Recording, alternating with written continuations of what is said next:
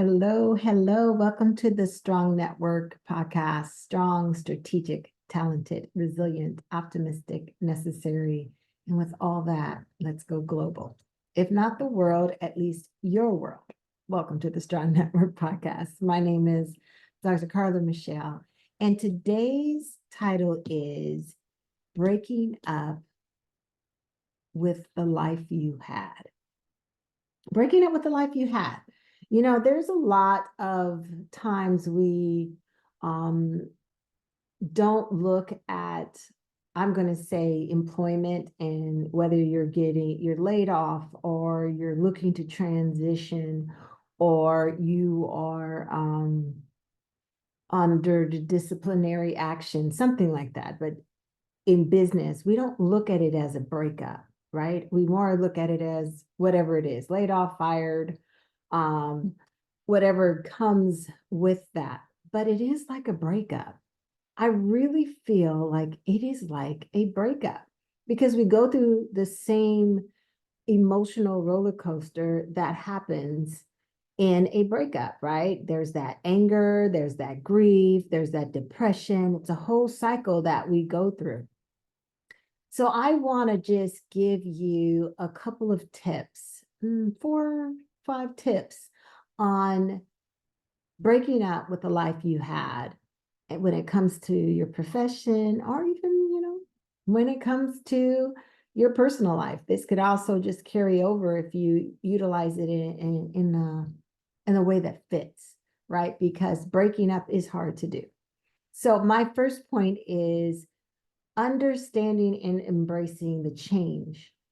When we think about a breakup, we don't always anticipate it, but we can always feel it, right? Don't you know when a breakup is going to happen? It's going to happen. You kind of feel like the energy's different. Something's going on. There's a lot more pressure. Things are just not as smooth as you thought. And then you have to understand at that time, it is time for you to recognize that change is evident. Change could come. Now, maybe nothing happens. But then if you're feeling it, either there's something in you going on where you know you're either done with this job, this position, this person, and you're ready to like, you know what, something's not hitting, but you're recognizing it, this time to move, then it's time to at least start thinking about what your move is going to look like. So that is your first point, is to recognize that there is a need for change. There is a need for change. If you're feeling it, or you're just going through the motions at your job, that your performance is more about pleasing and not about providing your skill set. It's more about kind of just holding on to that paycheck, because that's where we get caught, right? Is that money. That money has such a powerful thing because what? It pays the bills, or it helps you invest, or it helps you help people, but it's that money that we find that it's difficult to hold on to. So anticipate and recognize that change is coming, because it is very obvious when you're listening to what's happening inside of you. The second point is, I want to go on. Don't remain stagnant. I really want to say that. And don't panic, because you can also panic when you're starting to feel that something is different or something's shifting, if it's happening outside of you. When it's you who's shifting, when it's you ready to embrace change and it's time for a breakup.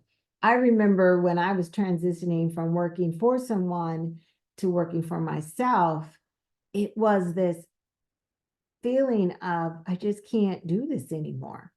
And I started crying and going in a break room and just I felt it was very uncontrolled tears coming out. For what? There was nothing going on.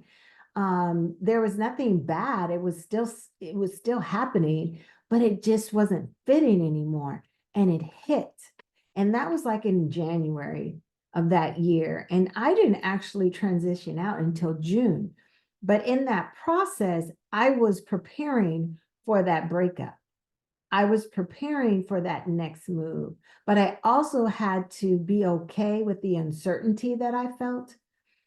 And how I did that was I did read books. Yes, I did, on how to take the leap. And some of the ways that people took a leap was not the way I took a leap.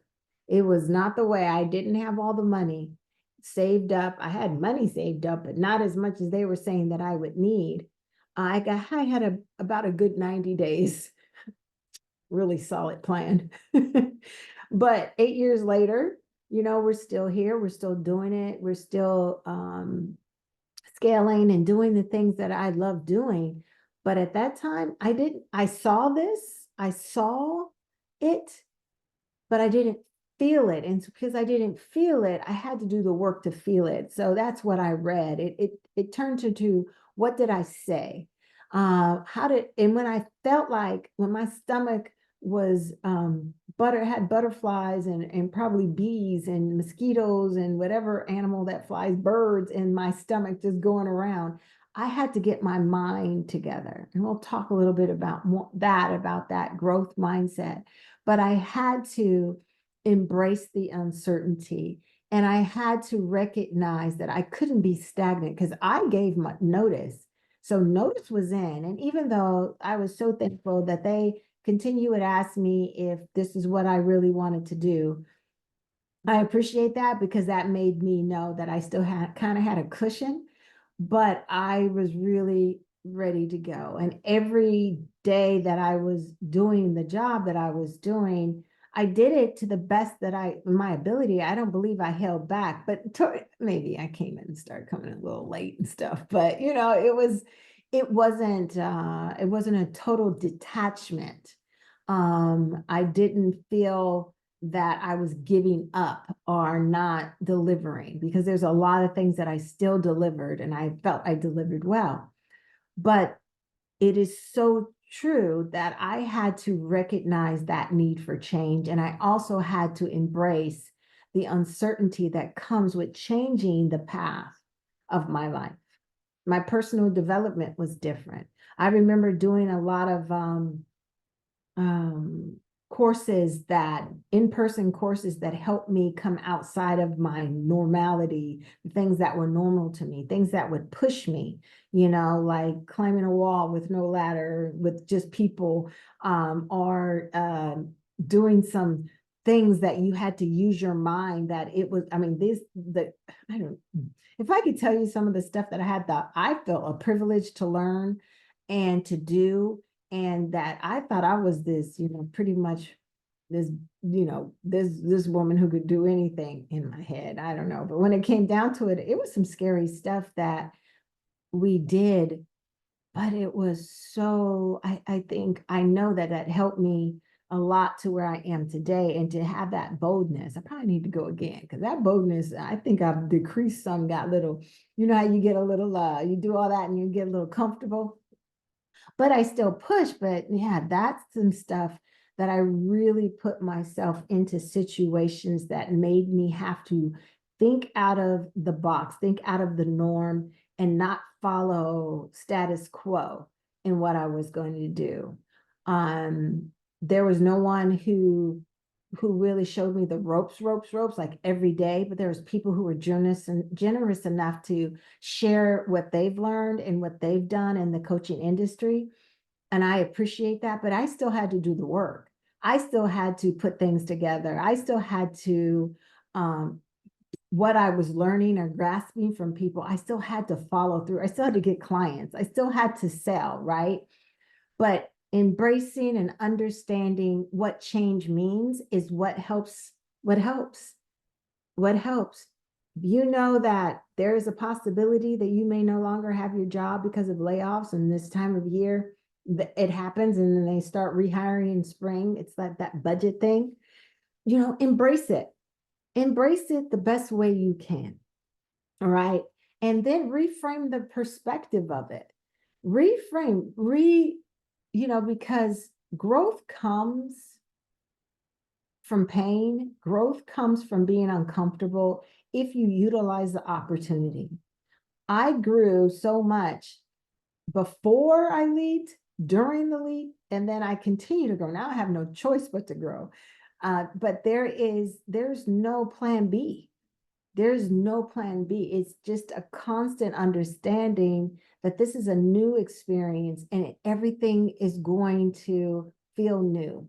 I need new skills, or I need to sharpen some skills. And I find out I have skills that actually all the jobs that I've had, even thinking about, I used to deliver papers. Now I'm grown here. Deliver papers. I've sold service contracts. I what else did I do? I was a hostess at a restaurant. What else that I think is interesting? Customer service. I worked at a bank. I worked for a church. Um, People, so a lot of the things that I did, I cleaned houses. So a lot of the stuff that I've done has helped me, I feel, do business today, do life today. So the new skills, the insights, and then the opportunities, reframe your perspective of the opportunities that can come your way. I've shared my crazy kind of things that I do, like opening the door and welcoming opportunity in, actually writing it out, believing for it, saying it with my mouth, prayer for most part, it's number one, talking to God about it. But, and then not just talking to God about it and then doubting, talking to God about it and believing. Because there is no way. There was like, why am I going to think about losing when the only option that I have is to win? And that is the only option you have. If you are going through a time where you're breaking up with the life you had or have, your only opportunity is to win. And how do we find those moments that we only say we win? It can feel like you lost. It can look like you're losing, but you can still say, no, no, no, no. I win, I win, I win. And that takes me to the second point, which is emotional resilience. Emotional resilience. I'm telling you, emotional resilience, because your girl, I could cry. I don't cry all the time. But and I don't know, that's not a brag. I think it's not also, I think that's a burden to hold in tears and frustration.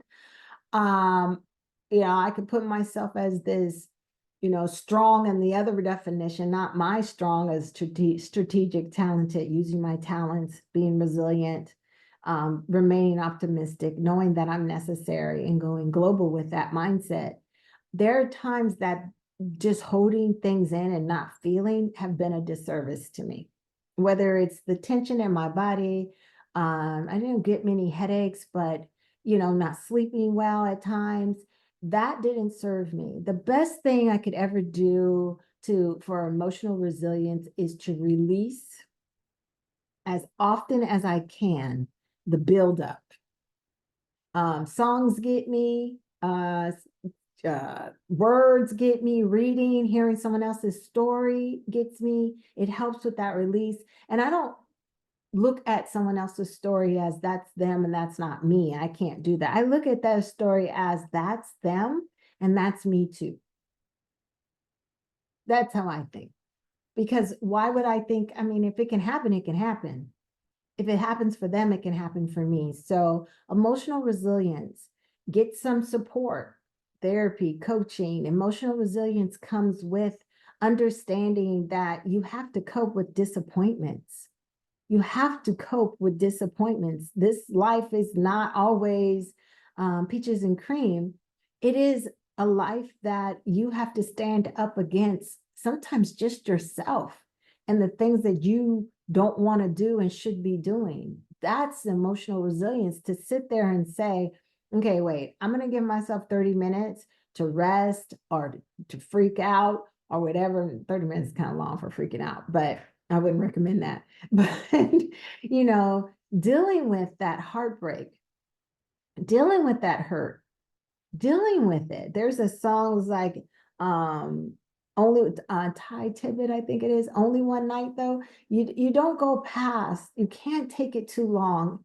You can't take what is happening, the disappointments, the demotions, the layoffs, the changes in your business, the things you have to change in relationships. You cannot keep harboring them, ruminating. It's just not good.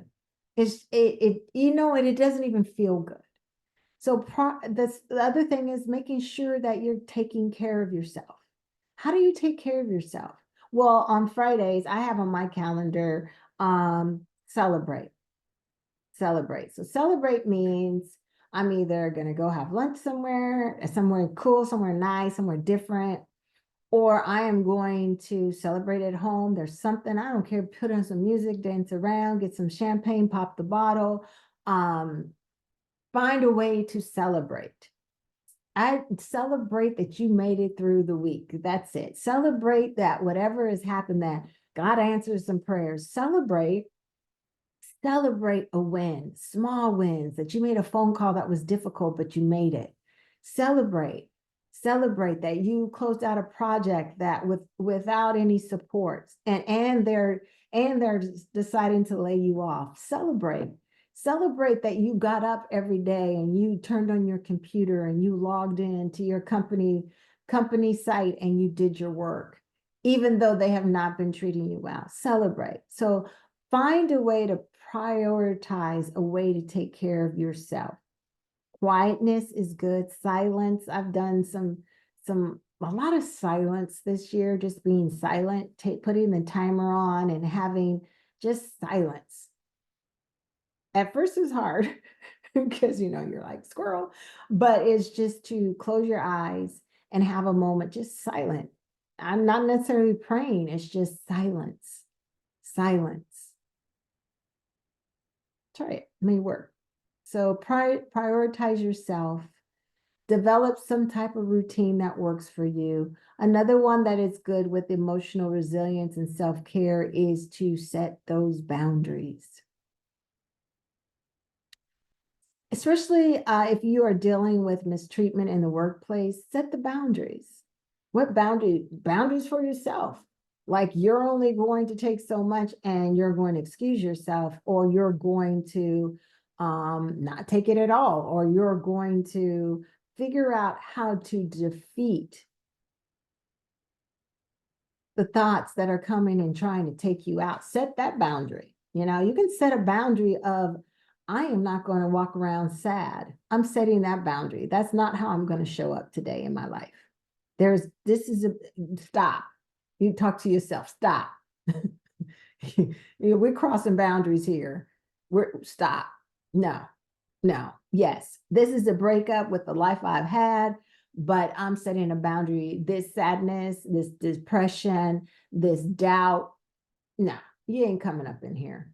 No, it ain't working. Because it ain't helping me think of some other ideas that I need to have to get me where I need to go. So set your boundaries. So first one is understanding, embracing change. The second is emotional resilience and taking care of yourself. The third point is focus on reinventing your personal and professional identity. Now, what does that look like?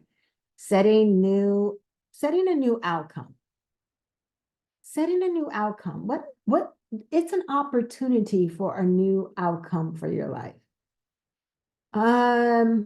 If you've been laid off, what is the next thing you want to do? What is the thing that you've already been talking about that people know that you say? I was talking to someone this past weekend, and they were talking about transitioning from their current position, but they didn't know what they want.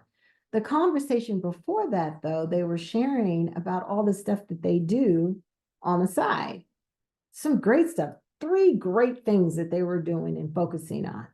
And in this conversation, as they were just talking to me and saying they don't know what to do next with, I'm like, well, you just shared these other things that you are doing that are amazing. Monetize them. And the look on this person's face was more like, ooh, I never connected that dot, right? So where do you need to connect the dot in your life? Where in in what you've been thinking about, things that you've been wanting to create, things that you've been wanting to do, places that you've been wanting to go, people that you've been wanting to meet. This is an opportunity to set a new goal. I don't really want to say goal, but setting a new focus. A new focus. Because if you focus on something different, it helps. It helps. You know, like that saying, to get over someone, you get under someone else. Well, this is almost like that, but this is more business, you know, like to get over the job or the position or things that are happening, focus on something else. Get underneath the opportunity to expand where you are and what you can do. And the other one is, you know, we talk about the network and who you know. I had a client who was very, very, very, very, very good at reaching out to their network. Very good. I am talking like everybody in their network heard from this person. And it was about, hey, this is what's going on with me. This is what I have to offer. If you know of any opportunities, please let me know. I am with urgency looking for another position. And this person did it and got a lot of quite a few interviews from doing that, connections. So utilize your network in the way that you should. And you're like, well, I never really kind of talked to this network. I never talked to the people on LinkedIn or whoever, wherever you're connected, organizations or associations that you're connected with. Well, you know, let's start. I'm not going to beat you up that you didn't do it, but let's start. Get out there. And then let it be a practice that you keep in touch, that you're not just, you know, hey, I need you, but it's more like, hey, I'm here and maybe someone needs you one day. So keep that open, keep your network working and expand the net. Get to know who knows who. Introduce yourself more often through the year, throughout LinkedIn, if that's what you use. Go to these meetings. Go to these organizations that you pay money and have joined, these associations, and you never go to the meetings. Go to the meetings and expand and build your network. So, and then another opportunity is to strengthen the skills and talents that you have, or to take on a new skill. Like, what do you want to do? Can you volunteer somewhere? Sorry, my watch keeps hitting. Can you volunteer? Can you learn something? Can you facilitate something? Can you go into your alma mater and teach something? Or can you create something? What can you do that helps you strengthen a talent or a skill, or even helps you think about taking an online course, certification? Some people, I have one client who's actually going back to school, and that is because they've discovered something else.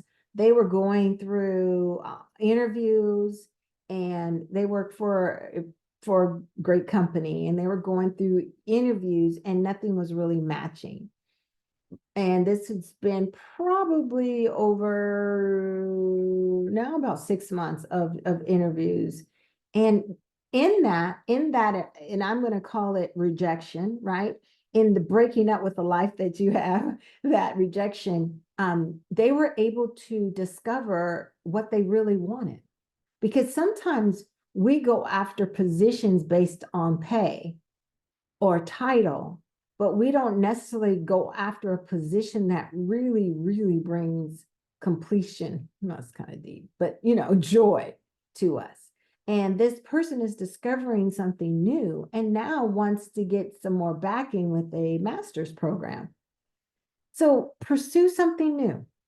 This is an opportunity. If you've been laid off and you have a severance package, or you're still at where you are and maybe things are perfect still, go and get a certification, have your company pay for it.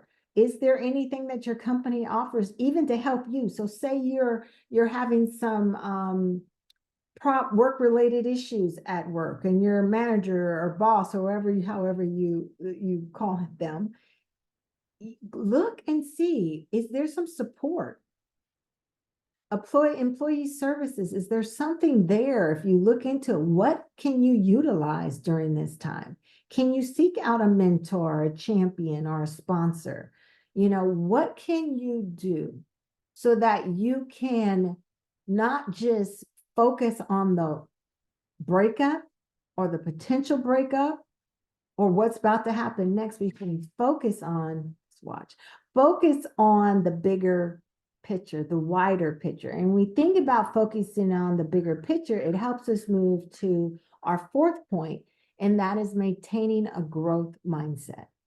I tell you, I don't think that I would be able to do a lot of what I do or even live life without a growth mindset, really taking in that I never lose, I only learn.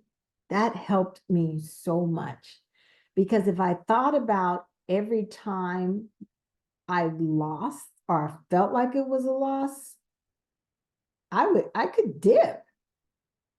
And we don't have all the time, we don't have time to dip. There's times that we take care of ourselves and we deal with what's going on, but I'm talking about the hits can come so fast that if we take them all as a loss and not as a learning experience, it is not good. It could be not good. So take what's happening in your life. What lessons are you able to pull from them? What lessons can you learn? What is your manager saying about you? What is it when you're sitting in your one-on-ones they're asking you to do? What are they applauding? And then what are they saying it's an opportunity? Listen to that. And then go out and find it. Go out and find how you can strengthen that opportunity, which is a weakness. I'm just trying to be positive now, but it's an opportunity to strengthen what needs to be strengthened. If you don't like the way you interview and you're about to start interviewing, strengthen your interview skills. I had a dear friend. She was about to go to the podium and introduce someone. And the work that she put in for maybe 3 to 4 minutes was amazing. And plus she was able to memorize the whole talking points that she had, because I could only assume at one time she's messed up, and this time now you will never see her not nail it. And I'm standing there with her and she's going over, I'm just going to call it a speech, and it wasn't really, but she's going over what she's about to say. And she's nailing it. Maybe a couple of things were off, right? Nailing it. And she was nailing it. She said, okay, I'm going to do it again. And I'm just standing there with her. And I'm just like, okay, giving some notes on different things. And when she got up there, my gosh, the pace, the cadence was right. You can hear her clearly. When she sat down, she said she was nervous, but you couldn't hear it in her voice, in her delivery. She even ad-libbed a little bit, and how she moved from one point of her introduction to the next was just smooth, like she nailed it. So what do you need to do to in your eyes, nail these interviews? What do you need to strengthen? How do you get a friend? Get somebody to listen to you and to mock interview you, to see how you do it, to see how maybe they don't tell you the questions they're going to ask you, but yet you're able to see how you respond to the unknown, right? So utilize your team. That's a part of your network too, right? Utilizing your team, but learning from your experiences, learning what your opportunities to strengthen the weaknesses and how it can help you expand and do better than you've ever imagined, right? And also the other one is staying, open to opportunities. Stay open to new opportunities. Not just the things you think about. For those people, you're set. Oh, I've already thought about it. I'm going to go ahead and do these things. But there's other people who are still waiting to understand what they want, they can do, even though they know they need to do something, right? So, what is it that you can be open to? What new possibility? What new possibilities are out there? What is it that someone may mention that sparked your interest?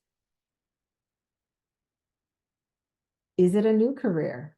Is it a totally new career? And I have also learned, I don't care what your degree is, people don't always go and work whatever focus their degree was on. They're able to find jobs that are outside of their focus for those 4 years or 2 years or however long you've been in school. But find what works and stay open to new opportunities, no matter where you are. Even if there's no problems with your job, stay open to opportunities. You never know. Now these recruiters call and they are like, saw you on LinkedIn and they're interested. That's an opportunity. You never know what it could bring to you. If anything, it gives you practice on interviewing. So maintain a growth mindset. See where you can always expand your mind, expand your talent, expand your weaknesses to a not so weak stance, and think about how much more you can add to the next place you're going, to the next opportunity. Right? So when you think about growth mindset in a one-on-one relationship, a romantic relationship, you never lose, you only learn. Each relationship can get better and better. It can still grow. You have to think that way as well. It could, I'm at Trader Joe's the other day, and the checker is going through a breakup. And she says, she's just kind of talking to everybody. You can see it's really been hard for her. And she says to me, my therapist has me trying to find joy in my day and I have to write it down and I don't have joy. I'm like, I get it, right? And I was like, go girl, own that you ain't got no joy. I said, but you're talking to the wrong person. You can find some joy. She goes, well, I was married before. It didn't hurt this bad. It didn't hurt this boy. This hurts. And she just kept talking about it. And she was talking to everybody. And I was thinking, it's going to be hard to get over this if you are talking about it all the time. And then her coworkers were like, yeah, like basically like save me. No. So, but she just kept regurgitating her hurt, regurgitating her disappointment, regurgitating how hard it was over and over and over. I mean, I wasn't even there that long, but it was constant. Even when saying, hey, you got to think about what else is out there for you. When you think beyond this circle here, this pain here, there is so much more out there. There has to be something better for you, for him too, for you too. Imagine if you let it go and you just allow a moment of thinking like, well, what is on the other side? Right? So she thanked me, which she didn't have to. I think she did say, you know what, I do have to stop talking about it, but it's just so hard. Now, things are hard. Breaking up with the life you have is hard, especially if you don't want to do it, especially if you didn't call for it, especially if it caught you off guard. My oldest daughter said today she was always open for new positions, right? But she said, I've learned that you just don't stop. You got to keep looking. She's employed, but you just don't stop. You got to keep looking. I said, that's right. Stay open for the opportunities, because there's jobs out there that have different types of benefits that you may enjoy, that not just pay more, but the culture can be different. You can be in an environment of growth and opportunity to be supported and appreciated. There's a lot of different things out there that if we just stop focusing on how hard it is, and that it took so long for me to get a job before, I don't know if I have that in me to do it again. Well, you do. You do have it in you to do anything that you need to do to be successful, if you focus on being successful, and whatever your definition of success is. But it is not about focusing on the loss. It is not about focusing on the breakup. It is not about focusing on the life you had. It's about the opportunity that lays on the other side of the breakup. There is a couple of podcasts that I've had that I wanted to recommend. One of them, and this is like an 8-minute one, and this is season 501, and it's Close to the Cliff. Close to the Cliff. That's episode 501. That's season 5, right? And the other one is 8 Life Hacks to Increase Your Life. And that is in season 4, episode 428. And the other one is I had a guest on, and it is, never count yourself out. And this is one of the guest speaker here, and she shares her life journey and all that she went through physically, financially, and now, yes, yes. In fact, in a lot of season 3, there's a lot of interviews that I've done. In season 4, I think there's some more, but more, or 2 and 3, I have a lot of interviews. If you go back to season 2 and 3, you will find that, whether you're on iTunes or Spotify. There may be here on YouTube as well. If you go to YouTube, the Strong Network podcast on YouTube, they should have all of those on there as well. But you got to go back to season like 2 and 3. But Never Count Yourself Out is a very popular one. I encourage you to look at that, season 3, episode 316. All right, we've come to an end. I've got to break up with you. Breaking up with the life you have. I hope you've been encouraged. Please subscribe and put on that notification bell if you're listening to me on YouTube. Also subscribe if you're listening on iTunes, and give me a rating, please. It does help with algorithm. Thank you. This is Dr. Carla Michelle, and I will see you next time. Take care.